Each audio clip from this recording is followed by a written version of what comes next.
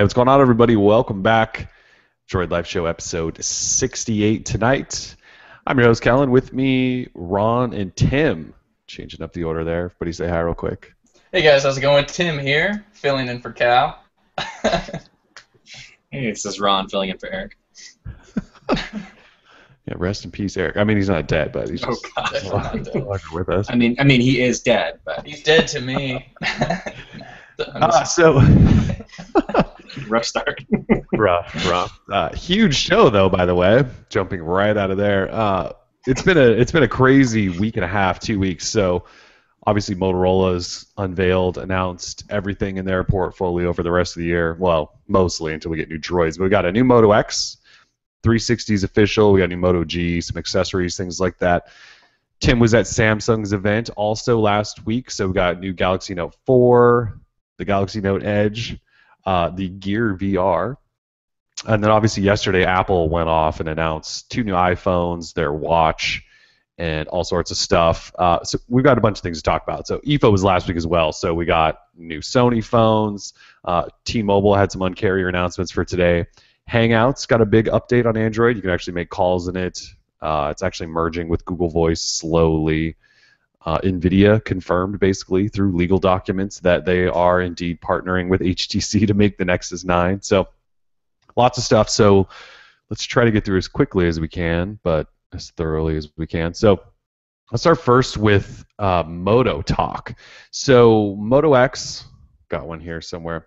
So Moto X is official, and not a lot of surprises with the Moto X, but it's back as the Moto X again. It's not like Moto X 2014 or Moto X Plus One or anything weird like that. It's just Moto X. You could call it Moto X second gen if you want to, but it's got 5.2-inch 1080p display. 13, no, what was the camera again? 13 megapixel? I already forgot. Yeah, I think it's 13. With this sort of ring flash on it. It's got IR sensors on the front to help with active display, which has now been renamed to Moto Display. Motorola basically said that they had heard, or from focus groups and stuff like that, that people want to buy phones that are bigger than their last phone. So that's kind of why they upped the display size and all that stuff and went 1080p. But they're keeping like the unique materials on the backside. So you've got wood, and then you've also got leather now, which is really nice, by the way. The device is going to be available by the end of this month, at least on AT&T and Verizon. They both also will have Moto Maker, so that's back. Sprint's probably going to have it. T-Mobile may, although there's an unlocked version you'll be able to buy that will work on T-Mobile. But AT&T, Verizon, the only ones with Moto Maker. $99 on contract or $499 off contract. So Motorola basically, the way they were selling it to us is we created this high-end flagship that matches up to everybody else, except we're selling it for about $100 cheaper than what everyone else is. So, yeah, I've had one in hand for almost a week. Tomorrow it'll be a week. It's a pretty nice phone. I mean, it's a lot like last year's Moto X, just a little bit bigger. I'll have lots of thoughts on this later, but it's actually a little bit thinner than last year's, but it still kind of has that curvy back. The dimple's back, except it's huge. It's not a button, by the way. That's not a button. It's not a power button. It's nothing. I thought it would be a button, but it's not. It's not a sensor or anything. But the phone in hand, it feels like a little bit like the Moto X, just a little bit bigger. I mean, you definitely notice. It's kind of Nexus 5-ish territory, which isn't necessarily bad. Overall, though, this leather is something I wish everyone could get their hands on. Like when you set it on a table, it's soft. Like there's no noise. Like I don't know if you guys notice when you set your phone down on something, it kind of it makes like a loud plasticky on.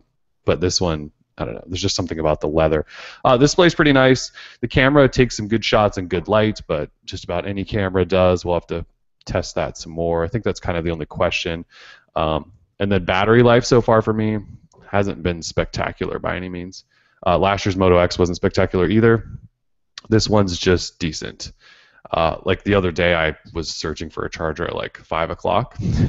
There's only been one day that's happened. The other days it was like 9 o'clock. I was looking for one, so I was getting 14 to 16 hour range, which isn't phenomenal. It's not terrible, I guess. So I don't know.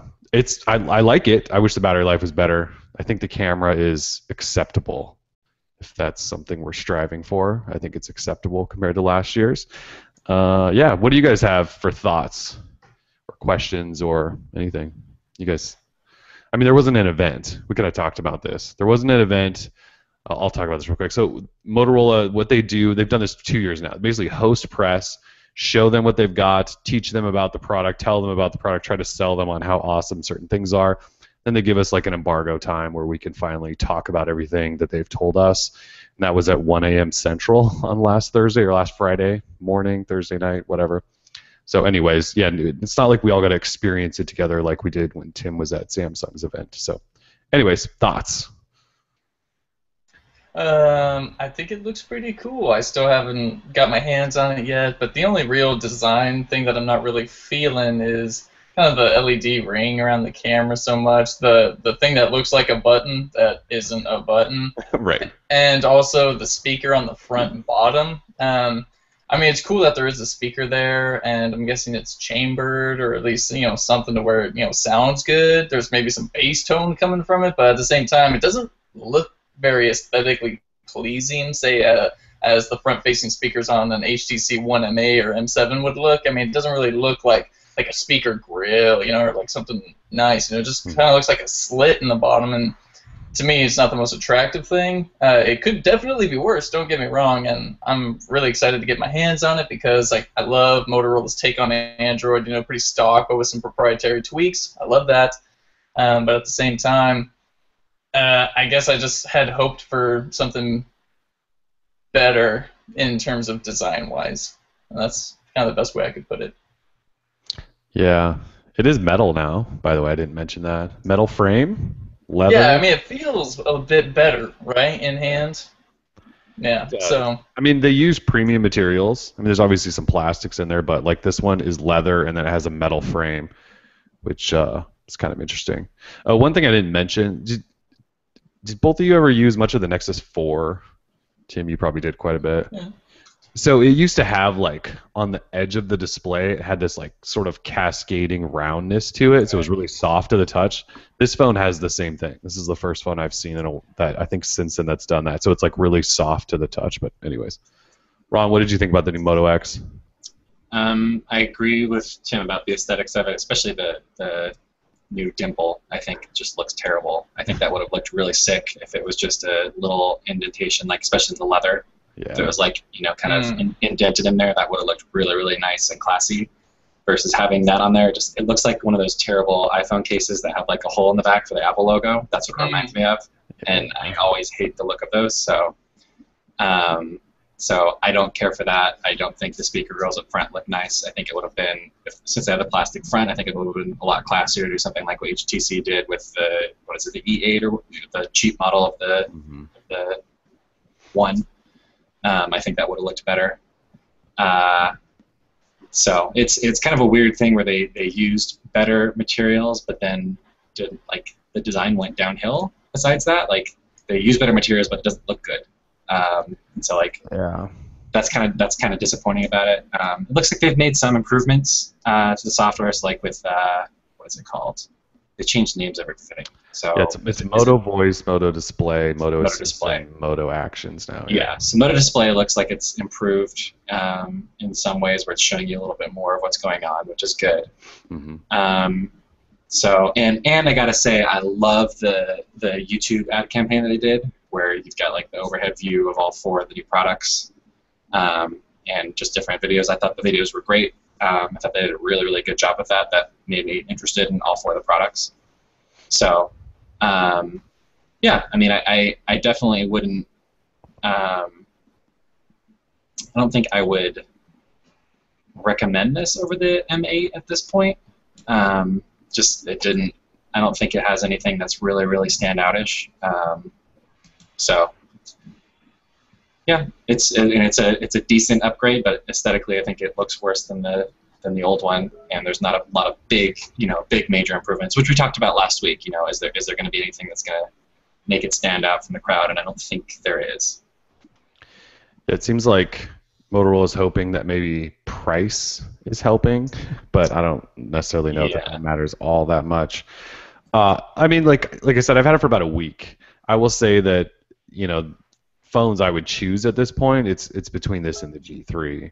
I do like this phone better than the M8 just because the M8's so damn slippery, and that just drove me nuts, and it's way too tall. But uh, it seems like a really good phone. I've really enjoyed using it, especially getting back to active display. I'm probably going to call it that forever because that's just one of the best software add-ons a company's ever done.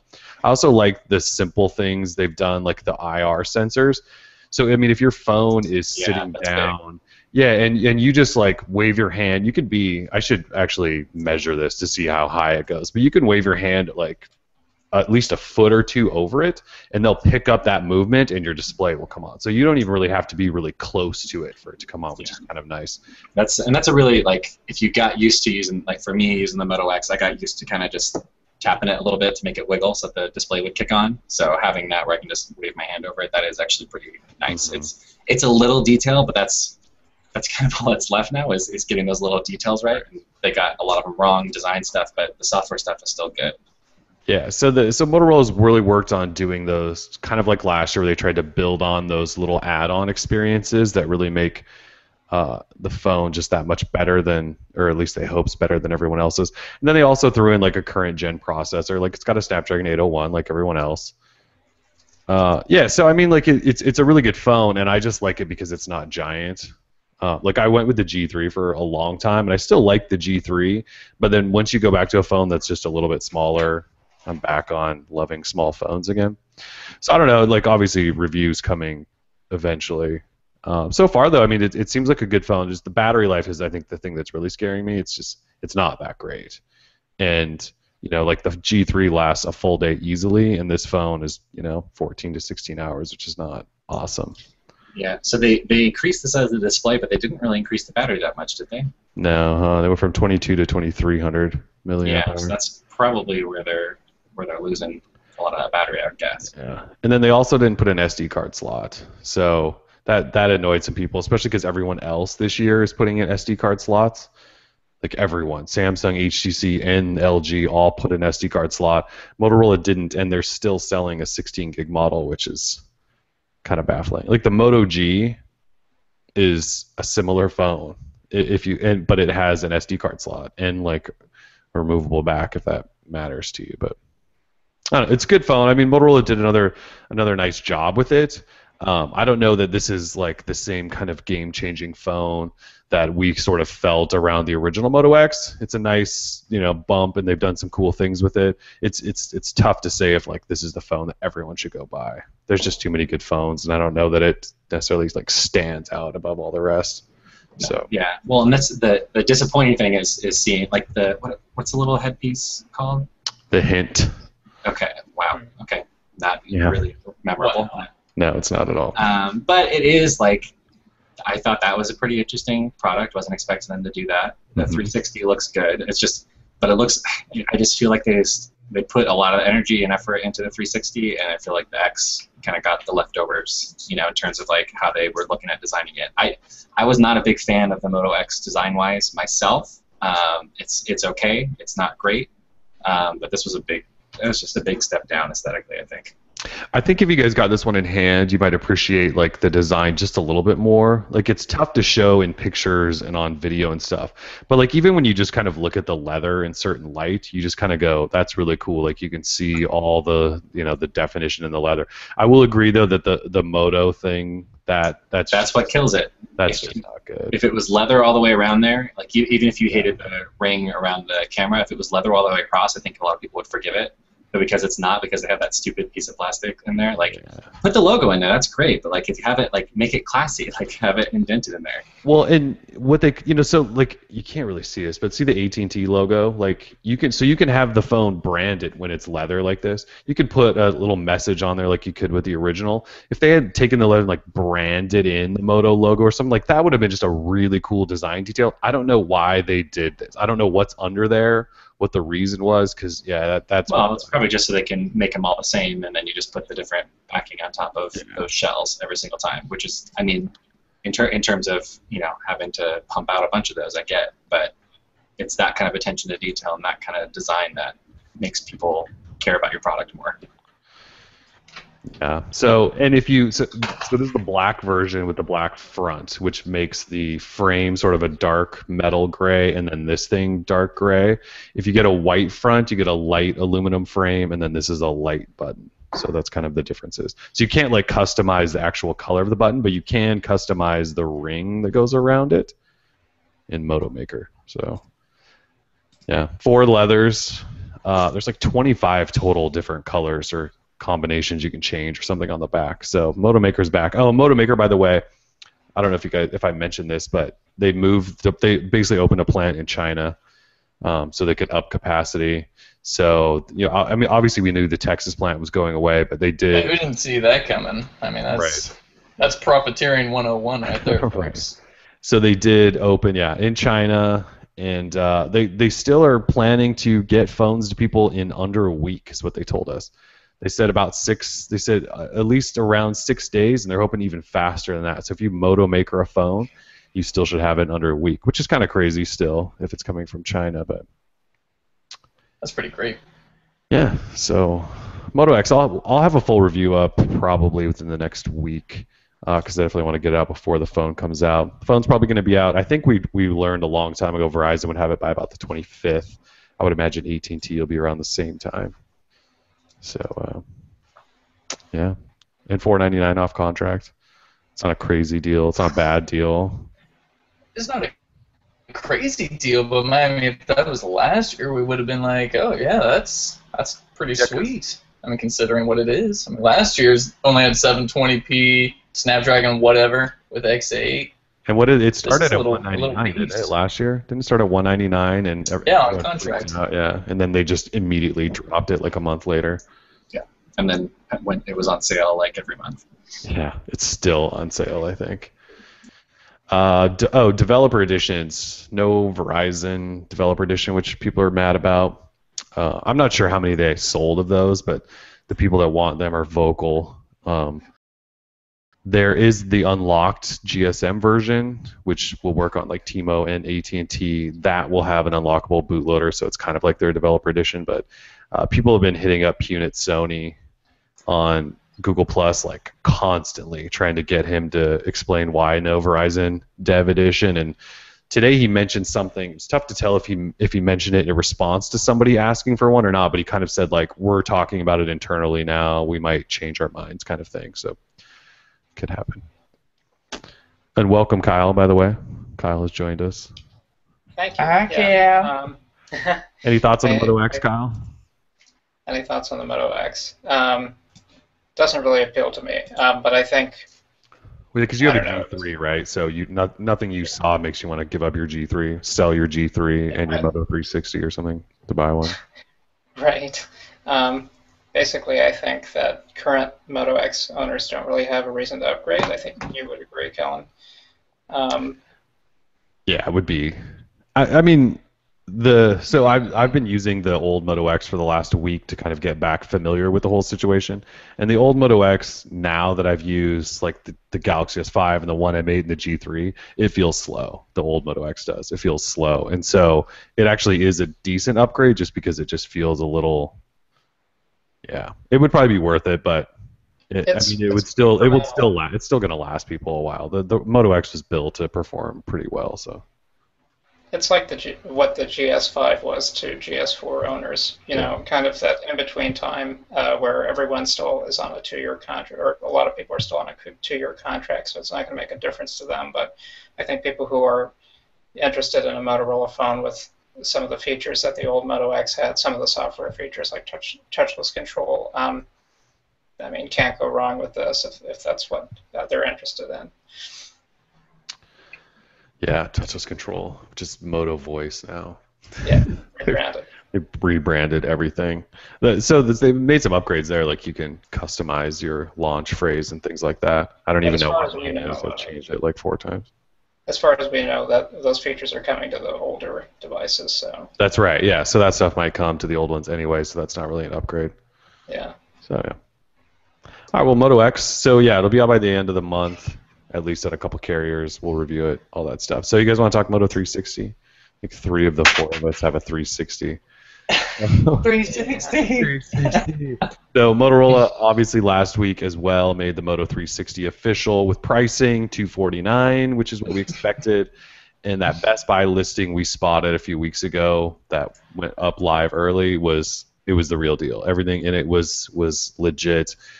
So we've got a 1.56-inch round LCD display, 512 megabytes of RAM, 4 gig internal storage, a TI OMAP 3 processor, a 320 milliamp hour battery, wireless charging, IP67 water and dust resistance, and 2 colors, all black with a black leather band, or silver with a gray suede leather band, which is apparently like a special launch edition. And metal bands coming later this fall, I believe they keep saying. So metal bands will be $80 a piece, or if you buy the watch with a metal band attached, it'll be $299. And they went on sale immediately Friday at like noon or something like that, somewhere around there, 11 a.m. It sold out immediately. And they sold out. Yeah, sold out. So yeah, Google Play, Best Buy.com, Motorola.com, and then some Best Buy stores got them in kind of over the weekends here and there. And yeah, they sold out instantly, and they haven't been restocked, and we don't have no idea how many they made, how many they sold, anything. It sort of feels like they sold like a couple grand. I mean, maybe it was more than that. I guess they had to produce at least, 4,500 for all the Google I/O attendees. So the other couple thousand, they just sold out instantly. And so you can't get one right now. But yeah, considering each Best Buy had only 2 units, I'm guessing they sold out pretty darn quickly. Well, of whatever they made. Yeah, and they're already back ordered for a couple of weeks. Like if you didn't get one instantly when they went on sale, now the shipping delays are at least a couple of weeks, I think. So like Google Play, they keep kind of going in and out of stock, 2 to 3 week shipping time frame. I don't know what Motorola's site is anymore, and Best Buy, who knows what's going on there. So you guys both have them, Kyle and Tim. Here's some thought. Well, Kyle, you just got yours, so you get to go. We'll let you go first then, Kyle. What's your initial impression? You've had it for what, like 6 hours or something? Yeah, something like that. I know everyone says this, literally everyone, but it's a lot smaller in person. I was concerned about the size, but it really, and I have a small wrist. I have a pretty small wrist. I think mine is only like 6.5 inches in diameter, so I was concerned about how it would look, but it looks perfectly fine. You know, people with tiny wrists, you really don't have to worry. You know, don't just rely on the images and videos for comparison's sake. Other than that, I mean, I have to say it is a little sluggish compared to the Gear Live, obviously because of the processor and GPU that's inside it. But something, and this may have just been something the software update did, but I have to say that it is a little responsive when it comes to voice commands. I noticed that it recognizes my voice commands a lot better. It's faster at recognizing my voice commands.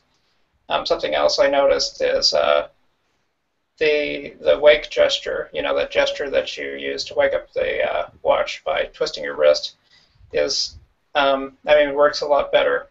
And that could just be the placebo effect. I'm not sure. No, I would agree with you. It does, yeah. Yeah. Finally, I like the heart rate monitor a lot better on this one. The Gear Live heart rate monitor absolutely sucked. It was garbage. It only took your heart rate once. It didn't monitor it continuously. And plus it was inaccurate a lot of the time, and also it didn't read a lot of the time. This one seems pretty consistent. Not sure how accurate it is, but at least it's showing a number fairly often, and you know, continuing to monitor after I pull it up. And of course, I mean, hardware-wise, the display is awesome. There's really something to be said for circular displays, and no amount of pictures or videos can, you know, convey how cool it looks. And I mean, the depth that everyone talks about is real. It's nice how, you know, the glass is slightly raised over the screen, I haven't seen that on any other device I've used. It's in my chamfered. life, so- yeah, I mean chamfered as well. Yeah, I'm pretty happy with it, as you can probably tell.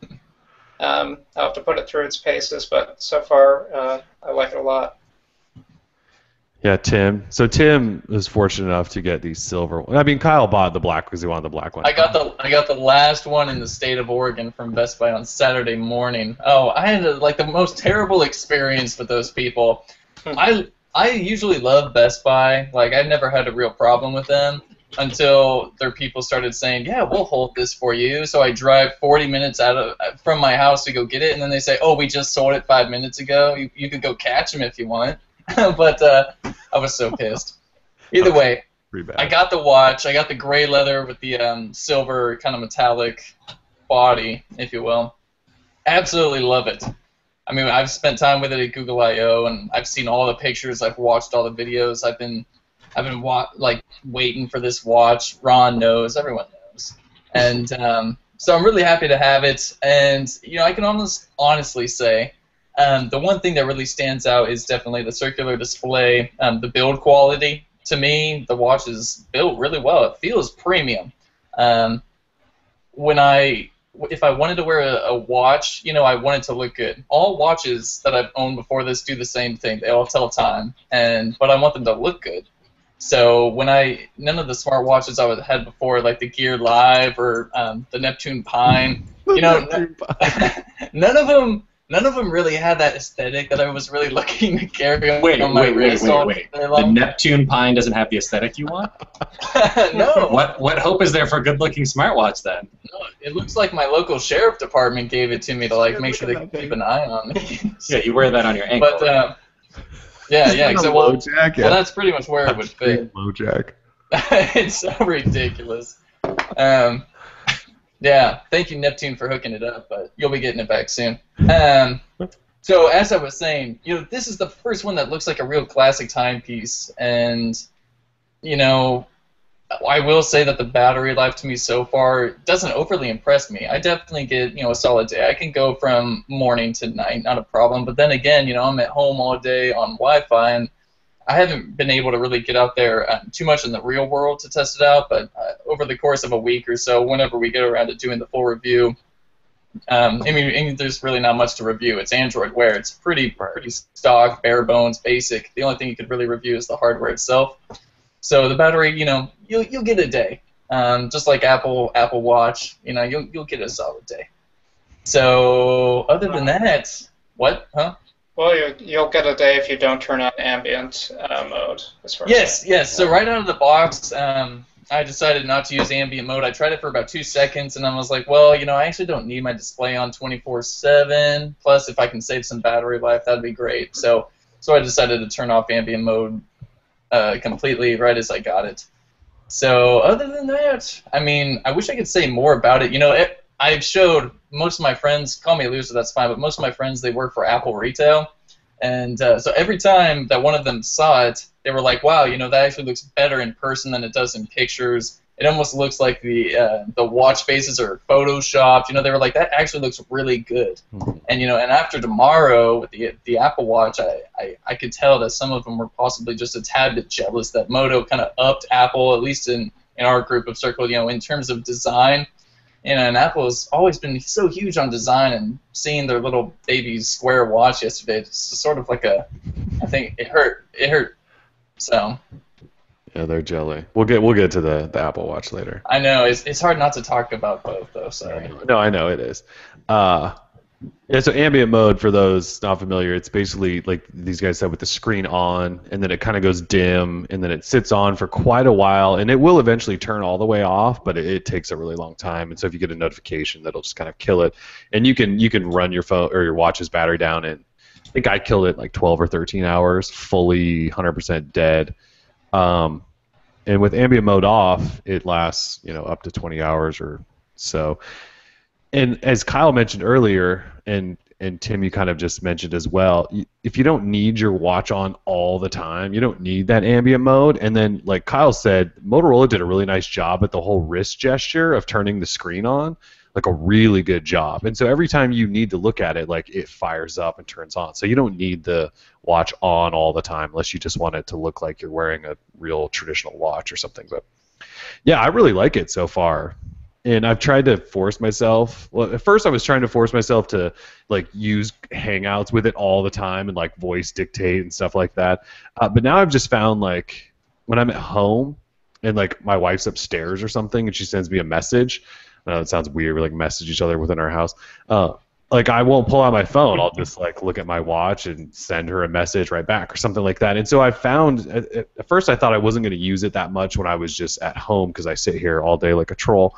But now I found like I use it all the time to just send like a quick message back to someone, and I don't actually have to pull my phone out of my like sweat pocket or something. So. I hate when my wife texts me from the other room. It drives me bonkers. Well, you want her to yell and be all crazy and stuff? About 9 times out of 10, it's, hey, can you take the dog out? So, yeah. Well, so like since we have a 10-month-old, and so if he's like sleeping, like, and she's like with him or something, it doesn't work. Like it's easier for her to just send me like a silent message. So yeah, I've actually found some extra uses out of it and stuff like that, but. And it looks really nice. Although my wife did say that looks goofy the first time I showed it to her. I was like, yeah, it's a new watch. I know it's all black and I kind of want the silver one, but it's still cool, right? And she goes, that's kind of goofy looking. And I was like, that's so cool. Then. You still love me, right? I'm going to wear this and you're not going to run away, right? And I was like, doesn't it look better than all the other ones, though? And she was like, whatever. So, anyway. But yeah, Moto the wife test.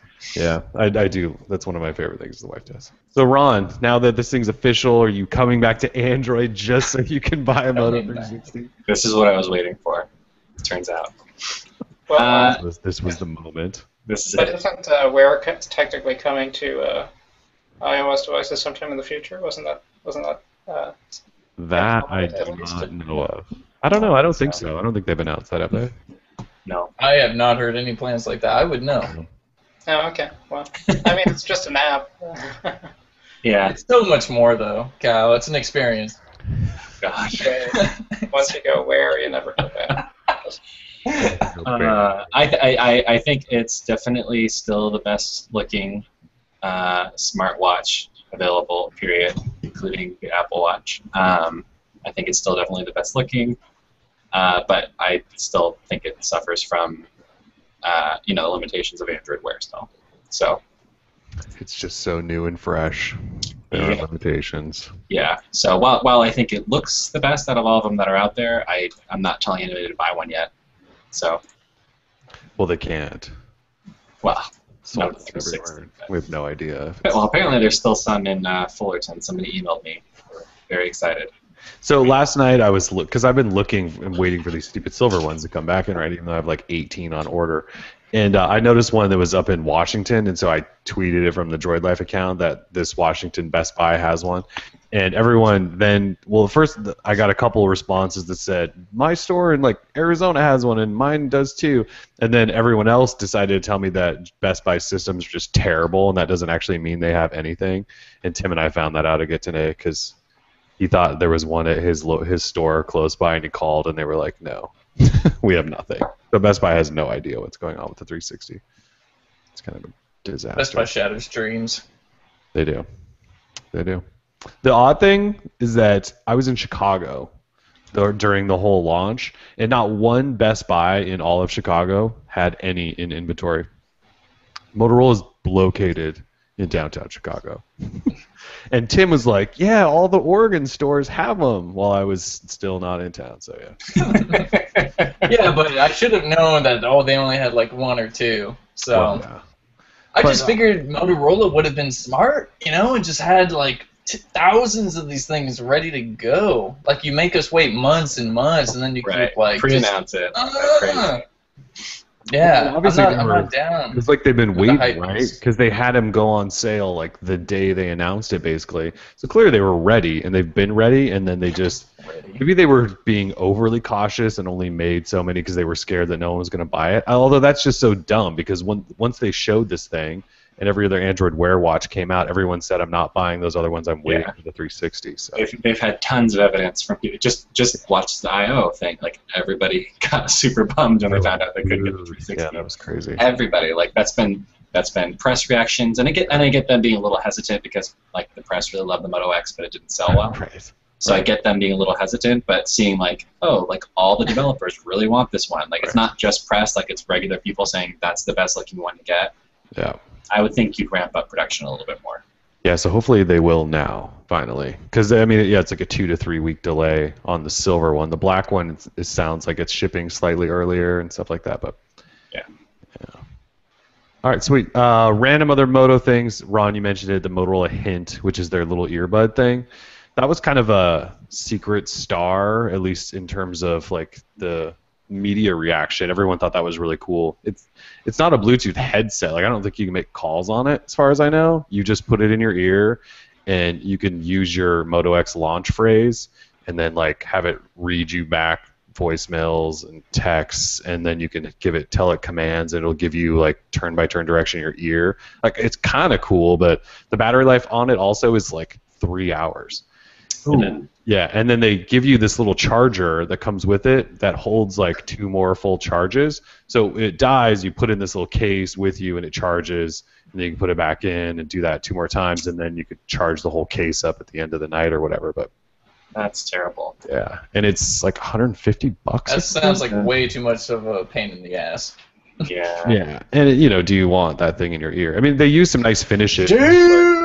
There's like some leather and some wood finishes on it and stuff. It looks like a cool little thing, and people seem to be kind of excited about it. Even some of our readers said like they're more excited about the 360 and the Hint than they were the Moto X or the Moto G or anything like that. So, I mean, something like the Hint would be pretty cool, like if you're going like on a bike ride, and you don't need it to last all day. And if that's your expectation, like you're taking it out for certain, like if you live in New York and you're walking around, like you don't want to have your phone out, like. There are instances where that would make sense, but at $150, I don't know that. I think it's $150. I should know that. I think it's supposed to, and it's obviously not out yet. It's coming later this fall, and they didn't even have review units of those, so they're clearly still working on it. I know it's more than 100. It's 150, yeah, 149.99. Yeah, that's pricey for that. It's pretty pricey. It's sort of like Google Glass without the display. Right. Yeah. I'm just having trouble wrapping my head around it. But, yeah, I mean, I don't think, as far as I know, I don't think it does calls. It might. Maybe they just didn't talk about that because that was just a given, but I couldn't find anything, and even when I was listening to their like spiel about it, that it makes calls, it's just there to like talk to and have it talk back to you. $150. 3-hour charge. So, yeah, anyways, we can move on from Moto unless you guys have other Moto things. So the Moto G we didn't talk about, but $179. No LTE though. They made a bigger display, threw in an 8-megapixel camera. Didn't really change much. It's just bigger. Has an SD card slot, which the Moto X doesn't. So yeah. All right, Tim. Is Tim gone? Yep. He's still alive. He's gone. He is gone. We were just going to him for Galaxy Note 4 talk, and we can't move on to Apple talk without Tim. Well, let's talk about Note 4. What does everybody think about the Edge? Oh yes, the Edge. Well, see, I want Tim's like I want to hear what they said, like how they were selling the Edge to Tim. So, all right, we'll hopefully wait for Tim to come back. Galaxy Note 4 is official. Oh, he is back now. Hey, Tim. Hey. Oh, sorry, the stupid camera thing. Oh, okay. We want to talk about Galaxy Note 4 if you're ready. Oh, dude, so ready. Let's hear all the Note 4 things. All right, well, luckily there's actually not too much to talk about. The Galaxy Note 4 was released last week, or not released, but announced. It comes with 5.7-inch QHD display, 3 gigs of RAM, Snapdragon 805 here in the U.S. So it'll be on all the carriers, just as Samsung has been doing. They crank those out, and so far no release date, exact release date, no pricing. I'm guessing $199 on contract, $299 on contract. Usually the new Note devices, carriers find a way to squeeze $300 out of people. We shall see. They got the new Phil Schiller is a really good deal. Yeah, absolutely. Especially if you get the 128 gig variant or whatever it is. $2,000 off contract. So there's a new S Pen. Okay, instead of talking specs, I got to play with the phone for about 20 minutes, 25 minutes. The display absolutely blew me away. I was hanging out with Marquez Brownlee, MKBHD, as you guys know. He absolutely loves displays, and all he was talking about the whole time was the display. It's QHD Super AMOLED, so it's the first Super AMOLED display, which is QHD 2560 by 1440. The thing is legit. Like, it looks fantastic. The performance was awesome. Again, this is after a short time. There's like no apps installed. There's one widget on the home screen. It's really hard to take away any type of real-world use experience from it, but it looked really great. In terms of the hardware, sorry, did you get a chance to compare it to the G3? I'm sure it looks, incredible. But It's got to look way better than the G3, right? it absolutely does. The G3 looks a bit kind of uncolorful or non-colorful, I guess you should say, as if kind of it's gonna. I want to say that the G3, the colors aren't as kind of saturated. Yeah. So on the Super AMOLED, everything is just very bright. The greens are super green, blues are super blue. And we'll see pretty soon, I think, once the reviews start coming out and the device is actually available, you'll be able to see some real comparisons of the G3 versus the Note 4 in terms of the QHD stuff. And you'll probably be blown away. I took a macro of the Note 4. I posted it on Twitter, although Twitter compresses images beyond the point of usability. So I'll share that within here. But the macro, even with the macro, you still got to zoom in to see pixels. And it's ridiculous. So I was really impressed. Metal body, right? Yep, this has a metal body around the edges, so instead of the plastic or the faux metallic feel like we had with the Note 3, this is actually, it's a chamfered metal. It's quite lovely, actually, and it's super thin, so being that it is 5.7 inches like last year's, it feels a lot better in hand. It's thinner. I wouldn't say it's heavier, but it definitely feels more kind of sturdy or, premium is the word I want to say, just because it's metal, so it kind of has a cold feel. It doesn't feel. It feels good. But yeah, again, I didn't get to spend too much time with it. But from the time I did spend with it, I don't think it's going to be able to get me back to the Note Cult. I'll use it to review and whatnot. But I do like the G3. I still got to get my hands on the Moto X. And damn, dude, I gotta get my hands on one of those iPhones. But yeah. So did Samsung have a big sales pitch for the Note 4, or is it just it has Quad HD and it's metal? What were they super excited about? Well, to Kyle's question, they didn't mention the processor at all, actually. The press just already knew that it was going to be the 805. Yeah. They never talk about processors because then they have to specify between. They always have to specify between international and American markets, and it just takes too much time for them. Right. So, Samsung didn't really necessarily sell. They wanted to make the camera better. They wanted to make the display better. They were like, we've listened to our customers, and this is what the people wanted. So they gave us apparently what we wanted, which was a higher resolution display and a better camera. 16 megapixel rear facer. With OIS? With OIS, if I'm not mistaken. Yes, OIS. Yeah, smart OIS, yeah. Yeah.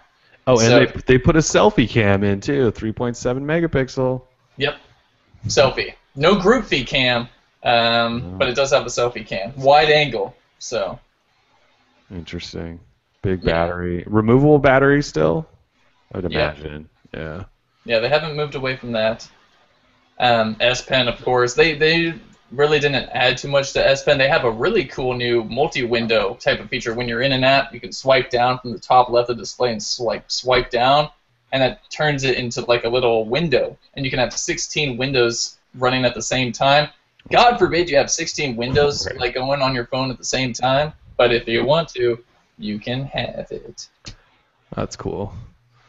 So you liked it, but you're not ready to jump to it and have it be your next phone. Well, Yeah. maybe I am. It's just I had to play with the pink one. I guess someone thought it would be funny if we had the pink one, so I had the pink one. Maybe if I was feeling on the black of the white one, I'd be a bit more like, oh yeah, I can't wait to get that back in my hands. But since my experience was with the pink Note 4, I was sort of like, okay, I'm done. But yeah, it seemed like a cool phone. It definitely probably won't get me back into the cult of Note fanboys. It's kind of sad. It is quite large. It was definitely bigger than the Note 3. And because it has the home button, so it does have the bezels. I mean, the side bezel's not very bad at all, but Yeah. it's got a home button. Like, I'm over home buttons, I just want to see that display. I'm sure it's amazing. Because every time I boot It looks up, sick. so the Galaxy S5, I'm just not a fan of the phone in general. But the display, you cannot deny how beautiful that thing is. So every time I fire it up, I'm just like, oh, that display. So yeah, I can't wait to see the Galaxy Note 4's display. I think it's gonna be great. QHD is ridiculous. Yeah. All right, so talk about this Note Edge thing. The Note Edge didn't pop up until the morning of. It started kind of leaking out, and so no one had any idea that this thing was coming. So what is the Galaxy Note Edge? The Note Edge is Yoom, which is what Samsung actually showed off at CES last year, not this past year, but the last year. And it's basically their curved edge displays. So what it is you already have your 5.7-inch Galaxy Note 4. It's essentially because it is a QHD display, so it is 5.7-inch QHD. Then they add on an extra, I forget the exact dimension, but I think I remember the resolution. It was 320 by 2 something. It was something weird. And just like a strip, an added strip along the right side. It would be this side to you guys. It's an extra 160 pixels. That's what it is, I think. Yeah. I'm trying to explain why I didn't like it so much. So when you hold it, if you're right-handed, ridiculously terrible idea that makes no sense. That's why you didn't like it. Yeah, it's kind of terrible. So when you have it in your hands, it's curved right here, so it's really actually quite difficult to hold and completely unusable if you use your right thumb. Right. So what they did is they just took the shortcuts away from down here. You can throw them in here. You can have a Twitter feed, stock feed. You can switch up the look of it. It was really. I mean, I don't want to say it was totally stupid. I just keep trying to tell. I keep trying to tell everyone it's just a hey, look what we did. We did it first type of product, and congratulations to Samsung on being able to do that. I won't buy it. But I would agree with you for a second, except every single carrier already committed to carrying this stupid phone. What? When they did that taco phone, the Galaxy Round, no one. No one picked up the Galaxy Round. That was definitely their look, we made a curved display and we did it the wrong way. This thing, they actually talked carriers into selling this stupid thing. Well, it's Samsung, they have the power to probably, they can label whatever they want. That just speaks to their market. It does. And their market share. But anyway, I was going to say, I mean, you can't honestly believe people want this thing. It's the evolution of the continuum in a way. And I don't, as far as I know, that wasn't a blockbuster. This thing, when they showed this off, and I didn't know what to say. I was kind of speechless. No one needs a phone that has a slightly mini slanted display on the side, just so they can get notifications there. So can it light up on its own, just this little thing? So yeah, it could be kind of like an active display almost, maybe. Yeah, you can use it as an alarm clock if you put it on its back and have it that side facing towards you. That was the one feature they actually marketed while we were there, was that it could be used as an alarm clock. So that's good. But like you said, so it was incredibly awkward to hold in hand. There was no... Absolutely. Yeah. There's no getting around it. Well, I'm right-handed, so I had to have the side with the edge on my right side, and so you have to use it in your left hand to really kind of navigate the settings which are in there. You swipe down, swipe up. I mean, so weird. Yeah, I was interviewed by a Korean news outlet. I don't know which one because I would love to watch this interview, but they they were like, so what do you think of the Note 4? I was like, oh yeah, Note 4. It's gonna do great. The Note, if Note 3, Note 2 are any indication, I think the Note 4 is just gonna continue to keeping on. And then they were like, so what do you think about the Note Edge? You know, is this like a new chapter? Like, is this going to be successful in America? And I said, oh, absolutely not. This thing is not gonna sell at all. And yeah, I would love to watch that interview. If someone finds me on an Asian news outlet site giving an interview next to Dave Cover, who was also there with me. Shout out to Dave. I would love to see that. Please link me. Yeah. This thing, I do not understand this thing at all. And I know Samsung's running all over the place right now, you know, because Apple unveiled a 5.5-inch phone and going, see, we told you 4 years ago big phones are awesome. And I get that. They're in 4 years from now, they're not going to be running around telling everyone that the Galaxy Note Edge was awesome. And no one else is going to adapt a slanted display for notifications. There's no way. No way. Ron, yeah, it just didn't feel good in hand. No, and that's, I mean, you guys have said it all. It looks ridiculous. You can't hold it. The difficult thing about this is that, let's say, like you mentioned, they showed it off, what, 2 years ago at CES? Yeah. I mean, they showed off their you know, foldable screen, whatever they were calling it at the time, and said, you know, we're messing with this. We don't really have a use case for it yet, but it's something we're working on. Just wanted to throw it out there, like we do everything. We throw it out way too early. This time it wasn't an actual product. 2 years go by, and they still don't have a use case for it. They've said, oh, we can put some slightly different stuff on here, just like we did in 2010 with the Continuum, but that's about all we've got. It's like, yeah, because it's not a good idea. It turns out, like, time doesn't fix your bad ideas. Like, that's not how that works. It's not how ideas work. Like, if you have a bad idea, time doesn't fix it. It just means it's still a bad idea later. Like, I don't know why that's so difficult to understand. Like, I don't know why this would be appealing to anybody. The only thing I can think of is if maybe if it was on the bottom of the display, that way you could still hold it, then maybe you would have, but, I mean, that's the only thing I can, like, it's just not, like, that kind of technology maybe makes sense for a device. It's not this one, though. No. Like, I don't know what that device is. And we've seen it with, like, the new, I don't know, curved glass kind of makes sense. We've seen that with some of the new Samsung watches, whatever the name for their, like, the 17th one this year. For wearables, yeah, it kind of makes sense because you can get a curve that kind of, you know, like goes along with the wrist shape. Your curved wrist. Yeah. Yeah, assuming you make multiple models, because it turns out people have different wrist sizes, which most manufacturers haven't been able to figure out. But, like, that's one application that definitely makes sense. But outside, like, having this weird edge on the side, just I don't get. I mean, I get that it's coming from Samsung. That part makes sense. Like, oh yeah, Samsung came up with a crazy idea and doesn't really have a use case for it. Huh? Crazy. So.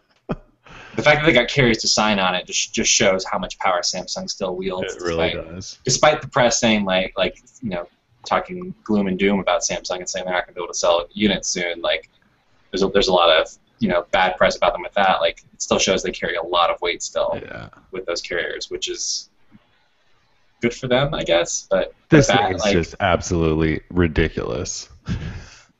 Yeah. Yeah, you're right. Good for Samsung for still having that kind of power to just be like, no, you're gonna sell this. Okay.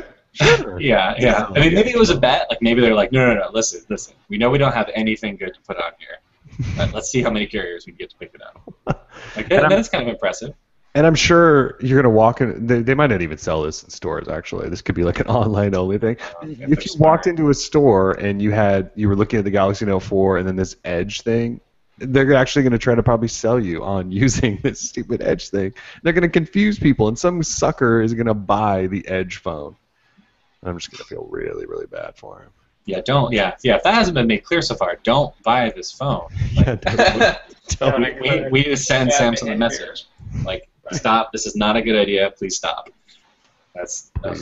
Please stop. Curved displays. Like this. That's, you know what? That kind of technology is great if you had, like, a giant, like, game board, and you want to have, like, your cards on the side there. Right. Like, there's digital thing like that don't involve a tablet even. Like, but like you said, for something special, like a special case, like gaming, where you could use a little something on the side, not a phone. Like, what are the chances there's going to be specialty cases that, like, you stick on the back of it and it extends it so you can actually hold it with that side? Well, I mean, like things like this are a company goes, I need a screen that has this slightly, curved edge because I have a special use case. Please make this for me, Samsung, and then they do it, and they make like 1,000 units. You don't sell it in carrier stores to No. the world. No, you don't. No. Yeah. They're going to. They're going to try. All right. I just want to say that Samsung did release an SDK for developers to use. Which I'm sure developers Which want to. Yeah, that's the general Hail Mary, which is the same thing that Google did with Android Wear. Oh, we're not sure what the special use case is for this, but maybe developers will have something. Come on, Ron. You can't relate those two whatsoever. Yes, please. it's the same move. It's the same move of, oh, well, it shows stuff. Maybe somebody can figure out what somebody will want to see besides an alarm, because that's all we've got. Oh, and a news ticker, because there aren't already like a billion widgets for you to show you your news on your screen. Like, that's crap. It's not. They clearly don't know what to do with it. They don't know, that's what's, if you're going to have a weird product like that, you have a special use case that you advertise and say, hey, we know this isn't the norm, but it's a special use case for something like X. They don't have anything. I'm only referring to your Android Wear comment. I could care less about the Note 4 Edge. I will die on that that hill. burn. Same thing. Oh, wow. Okay, good to know. You will burn. You will burn. All right. Well, we're almost to Apple. Tim, so the other thing was the Gear VR. You said you didn't want to deal with it because there was like an 80-minute wait just to put a sweaty Gear VR pressed sweat. Yeah, so they had 2 units for everybody, which was hundreds of people. And so that was lovely. And if you saw some of the people that were rocking the Gear VR that were in line before me, you would have said, "Oh, hell no." So I got out of there. People, that's gross. Yeah, so I got out of there. I wasn't even able to take pictures. They literally had 2 units, not one to touch or anything. So, and from what I heard, the demo was pretty weak sauce. So, and if the game that was announced for it being Temple Run was what they were showing off, then I'm glad I didn't get to try it out. Yeah, I mean, Google did it with a piece of cardboard and gave it to everyone at I/O for free. Yeah, except this one's hands-free. Well, with the Google one, you have to do some rubber band duct tape magic. Yeah, you just put a head. But this one, you can. Yeah, I hear it feels great. It fits your head well. But yeah. Oh, and the big thing about the Gear VR is that it's only compatible with the Note 4, not compatible with the S5, Note 3, or any other. Not even the Note Edge, because that would look weird because it's got the extra little display. But so only the Note 4. So if you have the money to blow on contract or not on contract for the Note 4, then you can buy the Gear VR for however much it was. I think it was what, $299, $199. It had some ridiculous price tag. I don't know. You said the VR. I don't know if it has a price tag yet, does it? I thought it had a price, but I'm just looking at our write-up, and it says pricing availability unknown, except for this year select carriers. I think like AT&T said they're going to carry it. I thought I saw a price. I could totally be mistaken, but I promise it's going to be probably $199 or $299. Yeah, probably. It's ridiculous. So that's all I have to say about the Gear VR.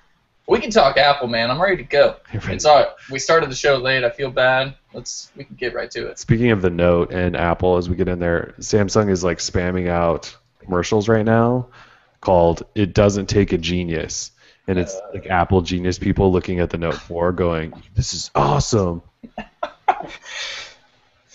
All right, I won't watch. That's so awesome. Yeah. That's what just popped into my inbox right now. Samsung. Apple geniuses. Those people are great. They're all just fantastic people. I love them. Shout out to all my genies. Shout out. All right, let's talk this Apple stuff. So Apple, there was so much.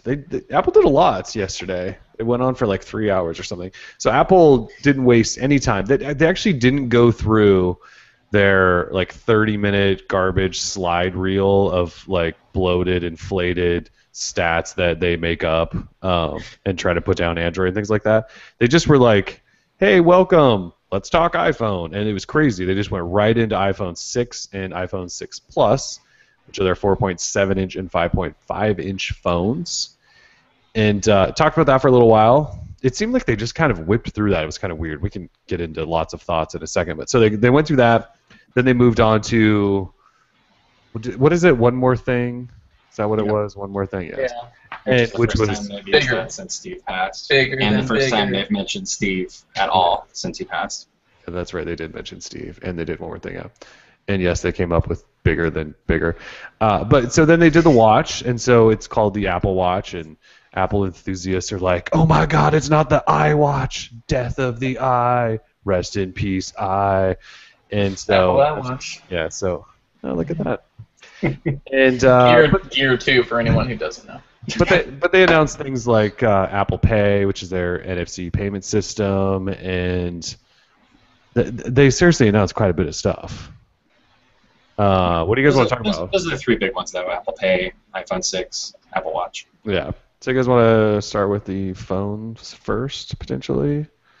So Apple finally gave in and made bigger phones because that's what everyone wants. It's actually really funny. So I was sitting, not to go back to Motorola, but Motorola said, our focus groups all said that everyone's next phone, they said they're going to buy a bigger phone. So it sounds like, Tim, they told you guys that. Like they said, like, Galaxy, no, we need to make a bigger, better display. And Apple obviously heard the same thing, and so they went 4.7 and 5.5. Yeah, so the 4.7 inch is 750p. Can you call it that? It's not 1080p. But the 5.5 inch is a 1080p display. They're both next-gen A8 64-bit processors. They also have co-processors. They're going 16, 64, and 128 gigabyte models. So the 32 gigabyte model is gone. Which, by the way, is like... How does that even make sense? Well, it's like the ultimate marketing trick, right? Because you walk into a store and you go, $199 for this 16 gig, or they jump you all the way up to 64 gig for just $100 more, and you go, okay, and like everyone's gonna do that. Well, I don't think it's a marketing thing. Like, one, if you were intending on getting the 32, like your storage just got doubled. I think it's a margins thing. Like, for that base model that they're going to sell a ton of, they're going to have huge margins still having it at 16 instead of 32. I guarantee you that, like, with Tim Cook at the helm, I guarantee you that's why they did it. Well, good for them. But I mean, I think it works both ways. Like, obviously, they will make just way more money, right? But they've always done the margin. I mean, they were for 32 gig, they were charging an extra $100 for an extra 16 gig store. I mean, you know, Apple was doing it for. Now it's a little bit nice. You pay $100, you get a big jump. You get a big jump, yeah. And then they went up to 128 gig for the first time. So, 8 megapixel camera again in both, though the 5.5 inch has OIS, which is a first. And they did some special pixely focus things. Focus pixels, I think is what they were called. Focus pixels. Let's see. VoLTE, or if you're Phil Schiller, that's VoLTE. Wi-Fi calling. NFC. No wireless charging, anything like that. Touch ID is obviously there. And yeah, what else? By the way, someone mentioned this, or Tim, I think you mentioned this. The iPhone 6 Plus 128 gigabyte is $499 on contract. On contract. You can buy a brand new Moto X for that price and not be on contract. $499 on contract. What is the full retail? I haven't even seen, but it's got to be like $1,200. I don't think they release. Well, That is crazy. Well, yeah, because the 16 gig iPhone 6 is probably $649, right? yeah, $650 off contract. So yeah, you're looking at $1,100. That is crazy. It's the world's most expensive phone, dude. Well, after the ones that are like made of pure gold and all that stuff. It's a lot of storage though. Like, that's laptop storage. That's a lot of storage. I don't know why you would need a 128 gig phone, but some people might. I mean, laptop store. Every laptop comes with like 500 gigs now. Yeah, sure. If you're getting a crappy spinning disk. You know what's great? Yeah, if you buy. I like got Google Drive, man. Yeah, but I your don't whole need that computer much goes storage. slower with a spinning disk, dude. You don't know. Okay, did I not predict that reaction? Oh, I didn't go like that. Alright, so the design of this phone, it's all rounded, like all the billions of leaks showed. It does have a protruding camera lens, which is kind of odd. Yeah, it looks like a metallic iPod Touch from 2 years ago. It does, really. It does That's kind exactly of what it looks like. It's got the protruding camera, everything, and it's metallic. That's what it is. Just bigger. I'm trying to find off-contract pricing. Contract free. I got Well, this one's $749. It's just so much money for a phone. Oh, so that's the 16 gig model. 64 gig off contract, $849. 128 gigs off contract, $950. Which one? The 128 gig iPhone 6 Plus. Wow. So just under $1,000. Just under $1,000. And don't worry, if you order anything over $50, you get free shipping. So Well, that's nice. you don't have to worry about that. The OIS and 1080p, definitely. Day one buy. So, what do you guys want to talk That's about too then? What they much. did, like NFC, like so we can talk about Apple Pay. Like Apple Pay, I thought was actually a big deal because this means Apple convinced and worked with all these credit card people, and they claim they worked with all these retailers, but all these retailers already had NFC payment systems. They just now are going to use their system, but like they're going to make NFC payments mainstream, which should at some point make them mainstream for all of our Android devices. And there actually probably will be a future fairly shortly where we all do actually pay for everything without credit cards anymore, which I think is actually kind of cool. And I just want to say that I think the iPhone 6 is not the iPhone we wanted, but the iPhone we needed. Only for the fact that it does have NFC, and thank God it has NFC, because finally mobile payment services can really start going. And to me, that's so important. Like, I wanted Google Wallet to take off. I don't want ISIS in particular to take off, or whatever the heck they're calling it now. SoftBank, SoftCard. oh, that's dead. Yeah, that's like completely dead. They announced something yesterday. They were like, we're going to work with Apple, and it's like, you're not already. Like, you're done. ISIS. Yeah. So I just I want mobile payments to be a real thing, and unfortunately Apple or Google and Android couldn't get it going themselves. So hopefully Apple can really be, the push behind mobile payments, and it could just become, the norm. Well, and that's the kind of thing that, like, Google Wallet launched with like the same year as the Nexus S, right? Yeah. Like we're talking 2010, It was a while ago, yeah. 2011, something like that. That was the first NFC chip, right? Wasn't that? Yeah. Like, so they've been trying to do this for a very, very long time, and I mean, we've seen some places adopt it, right? But I mean, nowhere near what you need to make that your regular form of payment, right? Right.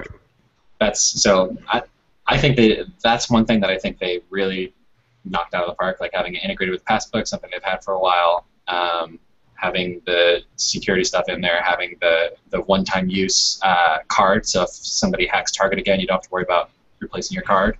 That's huge. Like, that's giant. Having it integrated with all sorts of things, like they just, it's kind of nice seeing how they've had a few of those pieces ready to go in place, and then now it's all put together, so they're just kind of used to things like Touch ID and Passbook and all that. So, yeah, I mean, I think that's great, and hopefully we'll see more places pick it up now that Apple's doing it. It should be the opposite, right? Like most, maybe not in the U.S. because the numbers are a little bit more evened out. I think Apple might have a slight edge, but certainly worldwide, Android users far outnumber iOS users. So it should have been the other way around, but and in some places it is, right? So like I know in China and in Japan, they definitely use mobile payments. Like a lot of phones have done that, and that's used a lot more out there, but we just really haven't seen it out here. Yeah, well, it's going to be mainstream now, which is something I think I wrote it up a year or two ago that if Apple finally does NFC, this is the best thing for Android. So hopefully it's finally happening.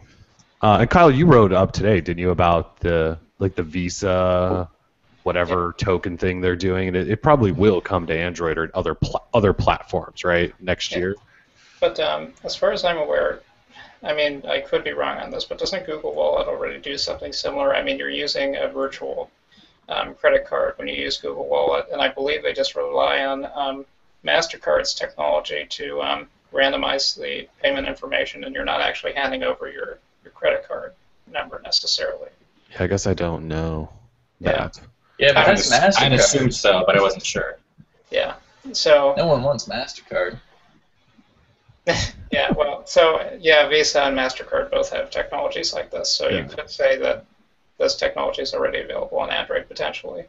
Okay. But yeah, I mean, it's great for security, and people are concerned about,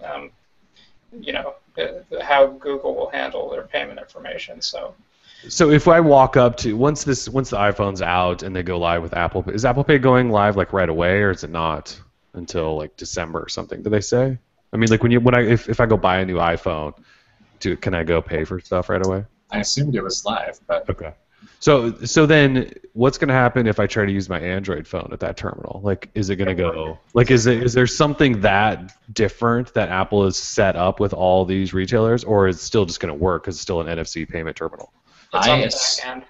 Yeah, I assumed it was all the same because that way they can use the existing infrastructure.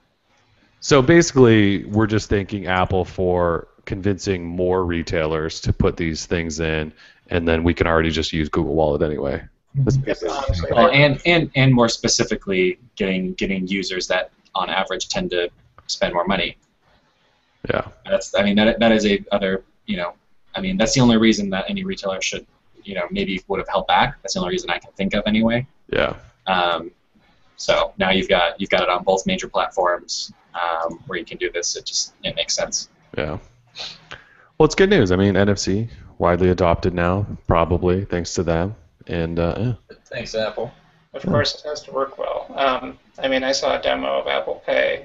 I think The Verge did it, and I don't know, it was kind of slow. So hopefully they have that tuned by launch. But yeah, I mean, I think just NFC payments in general are kind of janky. I mean, I don't know if you guys have ever tried to pay with Google Wallet or something. It works sometimes, and sometimes it doesn't, and sometimes you have to open the app, and it's confusing to the person selling you things, and yeah. Because they've never seen it before. What the heck is this? Yeah. Witchcraft.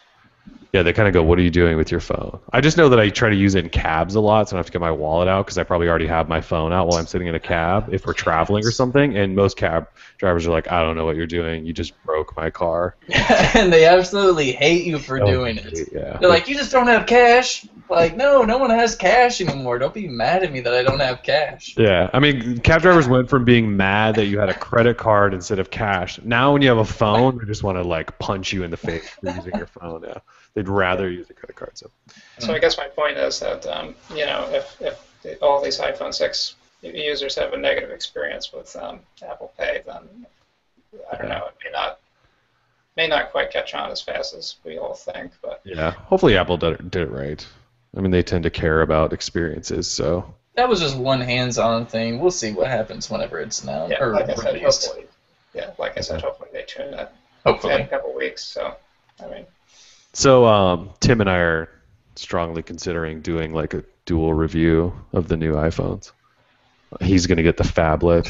I just said phablet just because Apple's involved now. So we'll see how that goes. We're considering it strongly, though. It's not as big as the Neptune Pi. People have asked. For some reason, people want us to review. They asked last year, and I was just like, no, we're not doing it. So this year we might. Because there's two, so we can both do it at the same time and experience the pain together. I think it's going to be legit. It's got the whatever it's called. Yeah, I mean, I haven't played with an app jukebox in a while, so...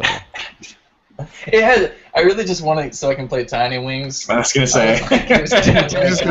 His review portion just gonna Tiny be Wings. Tiny Wings. Tiny Wings. Awesome. Tiny Wings for days. Yeah. Oh, for Can't days. wait to download like 16 calendar apps. Yeah, you'll be able to. It'll be nice. I know. I'm gonna spend like a week just finding the best calendar app. It's gonna be Oh, that's funny. Fantastic. Focus, pixels. The MOBA they demoed. The camera. Yeah. Game Glory or something. Anybody remember that game they demoed just to show off the? All I know is the guy with the scarf. He's like famous now. Oh, he's so famous. The scarf has its own Twitter account. Yeah, I know it's scarf, dude. I'm serious. I just saw Tim's tweet earlier of the picture, and it was like, comes in the old gray or space gray and silver, and it's like the guy in his scarf. Like, yeah, it's so funny. God, our chat, our live blog just blew up with people going, is this guy real? Not a real person. Yeah. All right, yeah. Parallax. So yeah, Tim and I will probably take some sort of looks at the iPhones at some point. Oh, all right. You guys want to talk about this iWatch? The Apple Watch. Sorry, I'm going to call it that forever because that's what everyone's been referring to it as for like 3 years now. Tim Cook accidentally called it that in an interview. Did he really? Yeah. So it's based on that. I'm guessing that was the internal name for a while, and then I changed it up. They decided that it's time to rebrand a little bit. I don't like Apple Watch. I don't either. I liked iWatch more. It's Yeah. great. So at least I could relate it to Apple. But Don't you think? the eye stuff is a You have little. the watch, you know. There's probably already some janky fake smartwatch that was Oh, already the called the iWatch. iWatch. Yep. They did register the trademark. Like, people caught that.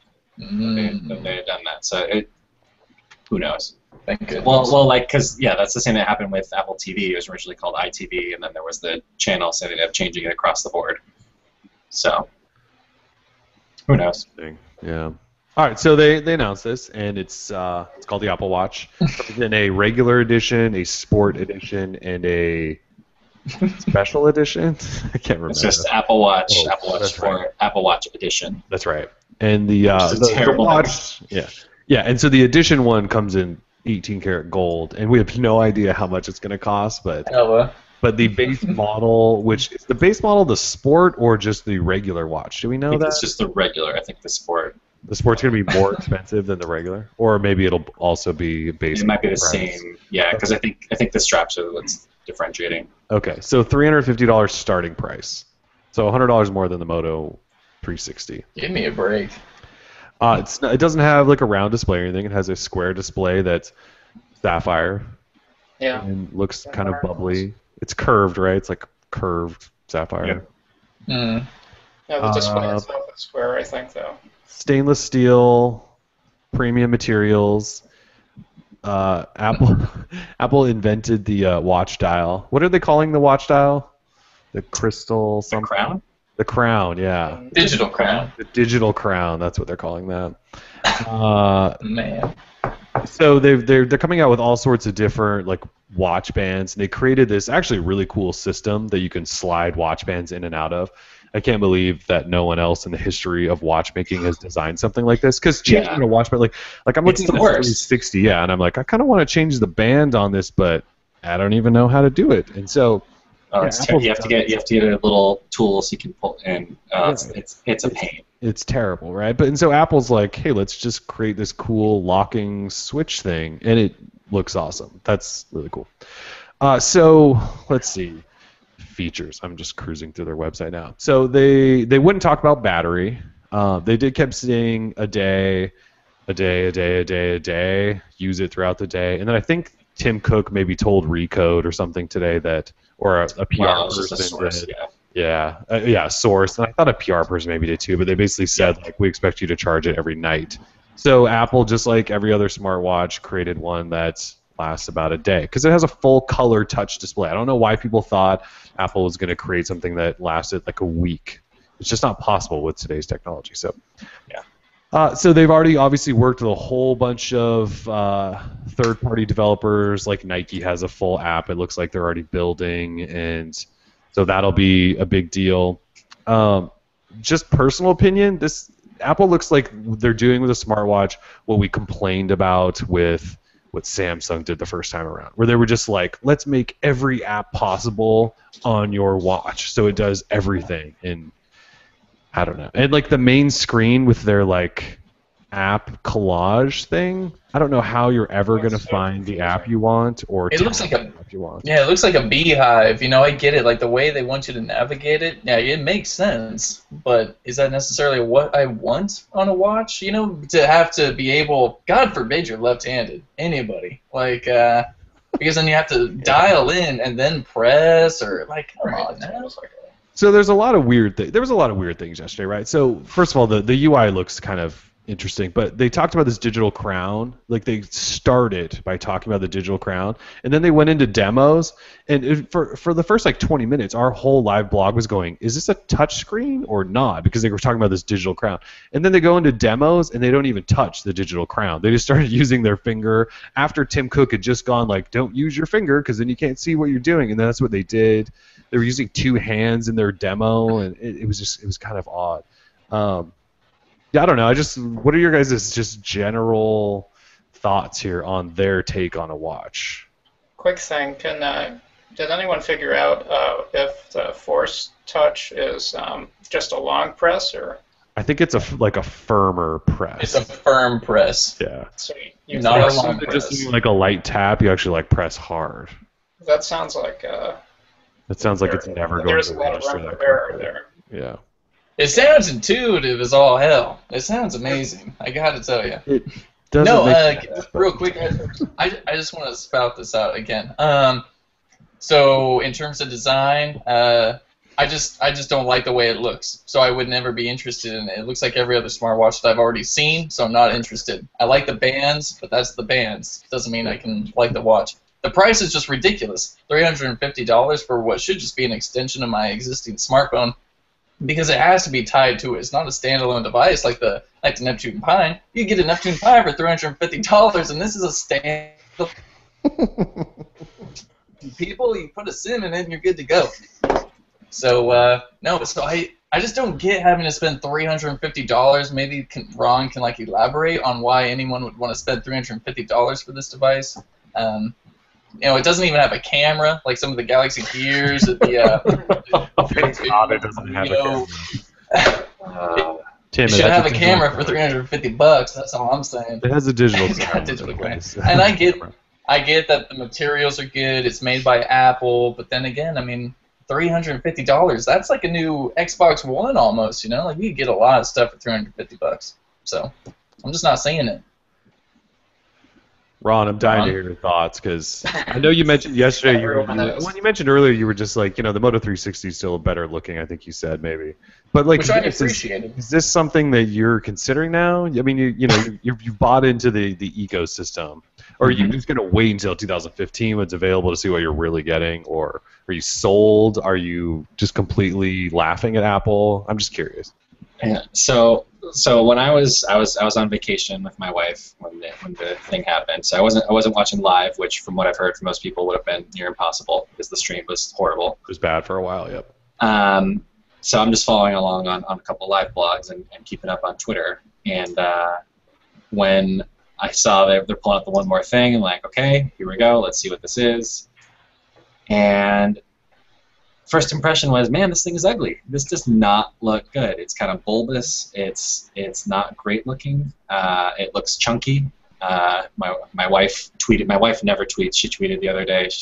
Yesterday, she said it looks like the Apple Watch needs to lay off the apple pie. And she never tweets, mind you. She does not tweet. Yeah, I had to work her up on it because I thought it was funny. So it's. I like that they've got a lot of different bands on there. I think that really does sell it. I like the way that the bands work. I like that they're instead of like a normal threading in the piece of metal into the leather, it just magnetically clips on. That looks great. And that is a big way to differentiate your watch and to make it personalized. So that's huge. Like if you ever get I love having the band that I have on my current watch right now. I like it a lot more than the stock one. So that's great. I think it looks chunky. So the hardware I'm hoping will improve over time. I'm hoping they'll do some things, but it's another thing where and like I've said with Android Wear a million times, like as I was keeping up with the announcement, I was waiting for that moment when they're gonna say, here's the big feature, like this is why you want to have this, and it never came. Like there were plenty of things that differentiated it from Android Wear. And some things that were kind of neat, like sending like your heartbeat and like sending little drawings to each other. That kind of reminded me of, I think it was on the DS, or you used to be able to. There was like a picture game that you could send pictures back and forth a long time ago. So that kind of reminded me of that. Like there were some neat things with that. I actually like the look of the UI. I'm not sure how it'll be to navigate. Obviously, we'll have to wait and see what the final software looks like and all that. I thought that looked a lot more appealing than Android Wear. In some cases. Other cases, I didn't care for it. But, like Android Wear, I was waiting for a big, here's why you should get this, and it doesn't exist. It's like, it's the same thing I've been, saying for a very, very long time. Like, wearables are great if you want notifications on your wrist, but the Pebble has been able to do that for a while. So, like, if that's all there is, hey, you can get notifications somewhere else, or you can do a handful of things that you can also do on your phone. For me, that's not compelling. Maybe a lot of people want to buy this and spend $350 on a watch. Like I don't. Like every time as I was looking at the blog and looking down at my own wrist, I was like, nope, I like how my watch looks better. Yeah. I don't need notifications on my wrist. I don't need any of these things. So I don't think it was worthy of a one more thing. I think they I don't know. Like as time has gone on, I've liked some of the watch faces that I've seen. So like the one that they have on their main website, I think that actually does look nice. And the design of it is very Braun-like, which they've done stuff like that in the past. But I don't know. I don't think it's a crazy compelling thing. I won't be buying one, and I won't really be encouraging any of my friends that like Apple products to buy one, just because I don't think it's worth $350. Yeah, they showed it, and obviously we're an Android site, right? And our readers and stuff like that are obviously Android people, and they laugh at Apple and things like that. But there was few people that had anything positive whatsoever to say, other than when you can use it to use Apple Pay and the whole NFC payment thing. You can use the watch, which is kind of cool. And Android Wear doesn't have any sort of capability like that whatsoever, as far as I know, in any of their APIs. So, but yeah, like the design, like in a lot of their pictures show round watch faces, right? And it's a square device, and that's one of the biggest knocks against, Android Wear and early smartwatches. They're square, and then you have these round watch faces, and it just looks odd. I just felt like Apple had a lot of gimmicks. It can look good, I think. Like the main face that they have on the front of the site of Apple.com or whatever, that I think actually looks good. But a lot of the other ones don't. Like that's kind of and we've seen that like with Android Wear and a lot of them where especially when they're stretched out, and it just doesn't look good. They were showing gimmicks like you can check the moon phases by swiping around your watch. Like that stuff's who's ever going to use that except for once as like a thing to show your friend. Like those are cheap sales tactics. Like as far as the UI goes, I wasn't a fan because you can tell they're overusing black because they're trying to conserve battery, and then they're using their sort of iOS sort of text-like buttons and stuff, and it just looks like I'm looking at this picture on one of their pages. It has a smiley face, which you can apparently manipulate smiley faces or something with your finger. But there's a cancel and accept like text at the top, and they don't look like buttons. They just look like random text like I could create, in Photoshop in 2 minutes. It just looks like they were trying to hide the fact that it's a square display. They've created this like bubbly display that's black, so they're surrounding everything they're doing with black to try to hide that fact. I don't know. It seems like they're doing what we've complained about with all of the other smartwatches before Android Wear, because Android Wear is trying to be super minimal, right? And so we're like, what are the real use cases besides notifications? And before that, it was like Samsung just throwing everything at it. Like, here's a camera, and here's all these apps, and let's do all these things, and your smartwatch should do everything. And like all the Kickstarters have tried to do like the Neptune Pine. Like they're like, let's do it all. And Apple kind of went that route rather than just making it this really simple, elegant extension of iOS. They were like, let's do everything on our watch. And I just don't know if that was the right way to go. Well, but I think the big contrast is like with the iPhone. Like when the iPhone came out, it did not. There were plenty of things that other smartphones could do that the iPhone could not do. Right. Copy paste was a big one that people held on them about for a while, right? And rightfully so. And that was a hard thing to figure out how to do with touch. Granted, it's instead of having a little wheel, you have to try and touch on it and get that right. Like I get that, but trying to simplify this, like you'd end up with a Pebble. That's what you'd end up with, right? And so it's like it's the same problem that still exists. Like it is a small space that you cannot do much with. Like right.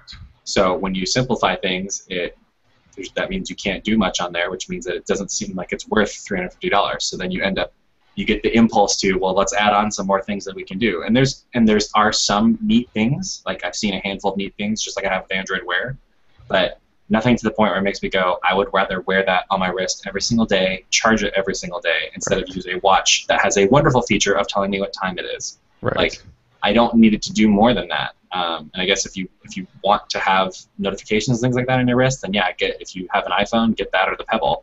And if you have an Android phone, get Android Wear or the Pebble. But like outside of that, nobody has shown this is why you need this device. Right. That's the big problem with anybody coming out with quote unquote new product categories. Like you have to show why people need this. Right. Apple had that selling point with the original iPhone. They said you've got the real internet in your pocket. That's what everybody saw, and that's what everybody wanted. Versus the crappy mobile web that was on all the other smartphones, right? Like, and then you had the app revolution. Like they had use cases for this. Nobody has done this. in the smartwatch. Nobody. Google hasn't done it. Samsung hasn't done it. Apple hasn't done it. Nobody can figure out what the heck that space is supposed to be used for. Still. And people expecting Apple to like come up with this. Neptune did it, yeah. But like people expecting Apple to like, oh, like surely Apple's gonna come up with this great thing. And I had lots of people giving me crap, assuming that I believe that Apple was gonna come up with something. I don't know. I don't know. You've kind of been a smartwatch hater forever. I mean, you had a Pebble, and you were like, I even quit doing that. Yeah. Yep, it's still uncharged, sitting in my drawer. Like, it's and that's what drives me crazy. Like, and people are like surprised that I don't like the Apple Watch. Like, hey, it turns out like I have my own thoughts and feelings. I don't like Apple doesn't pay me to think for them. Like, that's like I will I like iOS, and I will defend my opinion of that. If other people like Android, that's great. I can understand why people would prefer Android as their daily phone. I get it. I love having my Moto X and playing around with that and using it. Like, there's plenty of things that are differentiated on those where I can get those preferences. But like, I don't like worship Apple. Like, they can make plenty of mistakes. If you ask me what I don't like about my iPhone, I will tell you there are things that I don't like. So it's just annoying seeing people thinking like, oh yeah, like either thinking that I think that, or people in general thinking surely Apple will come up with this thing. Like, nobody has come up with an idea to say this is why you should have a smartwatch, general public. There might be some specific use cases, just like there are for glass. Yeah. But in general, it's not a product that everybody needs. It's just not. To be fair to the reasons why people have that opinion is because there are journalists and Apple fanboys and people all over that the minute Apple comes out with something, they go, oh my God, even if it's the same as something that people have been doing for years that they were trashing on yesterday. And that's the problem. And we saw that a lot yesterday with this. And that's why there's a lot of crazy opinions flying around about it. But it's Apple. What can you say? I mean, Tim knows he talked to a bunch of people probably yesterday that were like, this thing's awesome. I want the 5.5-inch iPhone. And they probably hate the Galaxy Note series or have forever. I mean, we got emails about it today. People were like, I own a Note, and at my work, well, Eric was talking about this actually last time he was on the show, but how all his coworkers give him hell all the time. Right. We had emails, people say the same thing, but then today, all their coworkers are going, man, which one should I get, the 4.7-inch or the 5.5-inch? The 5.5-inch just seems so practical. And like yesterday, they were saying the Note 3 is huge and terrible and it's too big and you're an idiot Android. I mean, so anyways, not to go off on one of those rants, but I mean, I think that's why people, they just assume because you're an iOS user, they just go, oh, he's just going to love it no matter what. Because there's people out there that do. They really like buy into that whole Apple thing, and that's like the thing they do, which is just mind. Yeah, and they're just as stupid and blind as anybody that does that with Android or Windows Phone or WebOS when it was still alive. Like, there's people that do it everywhere for sure. Yeah, like that always happens. Like, that's I guess that's fine. There are humans that can't understand nuance and think for themselves and like have opinions. Like, but please, like, recognize that like I'm an opinionated person. I write exclusively opinion pieces. That means that I'm not a shill. Like, I will tell you what I think, and I don't care if you disagree with me. That's fine. We can have a discussion about it, right? Like Tim and I have had plenty of debates on here about different things for taste. He thought the gear looked good for some reason. I don't know why. I said it looks better than the G Watch. The gear look better than the Apple Watch. That's no. I don't. No. They're both crappy. They're both crappy. Yes, they are. They just look similar. It's like a little square thing on your wrist. Why is that attractive to anybody? Really? I guess maybe because I like smart or watches to look like watches with round faces, just the classic timepiece look. I mean, I just wish everyone liked what I like. Well, but that was the other annoying. Like, I had a lot of people. Gruber went on about this a lot, especially on the talk show, talking about how like, oh, well, surely whatever Apple's wearable thing. Like, he made a big point saying like, it's not going to be. I'm not going to necessarily say it's going to be a watch. It might not. I think it's going to be a wearable of some kind. And maybe it'll have a display, maybe it won't, and like all sorts of spec. Like, it was that kind of thing, where it's like, what do you think they're gonna do? Like, if nobody can think of this magical feature that everybody's gonna need to have on their wrist, if nobody can think of it, what makes you think that Apple's magically gonna be able to come up with it? Like, it's. I mean, seriously, the coolest thing to me is the fact that we're back on the payment thing, that you could walk into a store and just like tap your watch to a thing and never pull out even your phone, because then you're not even digging for your phone or a credit card. Right. That's cool. Your wrist. Like, that's cool. We have no idea how that's going to work, though. I mean, how are they going to? That's true. We don't really. They're conservative mind, but. Yeah, we'll see. Yeah, and I mean, they have months to fine tune and change and whatever. They showed it to us now, and it's not coming till early 2015, is all they would say. So that's 3 full months away, 3.5, and it could be March. I mean, it could be March before we see it. So Good. yeah, the watch bands are Yeah. kind of cool though. I really wish everyone else would adopt Apple's watch band system. That thing is sweet. It's going to be a big money maker for them. It's going to be huge. And third-party Yeah. accessory makers, assuming they give them the specs on that. Like, You're yeah. going to license it, of course. So, anyone want to start a watch band company? Hey, Hey. there's So- your idea, Kellen. Yeah. All right. Well, there's like 1,000 other things we could talk about, but we've been going pretty late.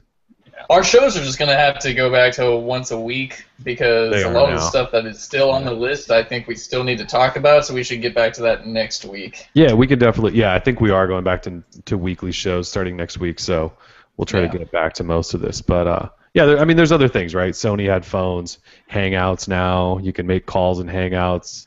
T-Mobile has them on carrier things. There's an HTC event coming up. HTC Nexus 9 is now basically official because NVIDIA outed it in legal documents. Thanks, NVIDIA. K1, yeah. The Fire Phone is officially a terrible, massive flop. It's now 99 cents a contract. The Play Store refund window for paid apps and games is 2 hours. That's kind of a big deal. Amazon Prime Instant is now also on Android. But yeah, we can dive into more of that stuff maybe next week, and we'll have probably more to talk about. Moto X review will hopefully be done hopefully by then. Moto 360 review probably will have some stuff. So, do you guys want to wrap, or did you want to cover anything else? We could wrap and then just be back Wednesday and talk about a lot of that stuff. I know there's going to be news next week too, so Yeah, there's going to be more stuff every damn it's week. getting So late. I It got to is. eat before I might pass out. it might pass out. All right, cool. Well, yeah, there was lots to talk about. We have plenty more. We'll have more opinions too on as all this stuff becomes available and things too. So, all right. Well, thanks for joining us, everyone. That was episode 68, DL Show. We'll be back next week, more than likely. Stay tuned for that. Peace. Bye, Ron. Bye, Tim.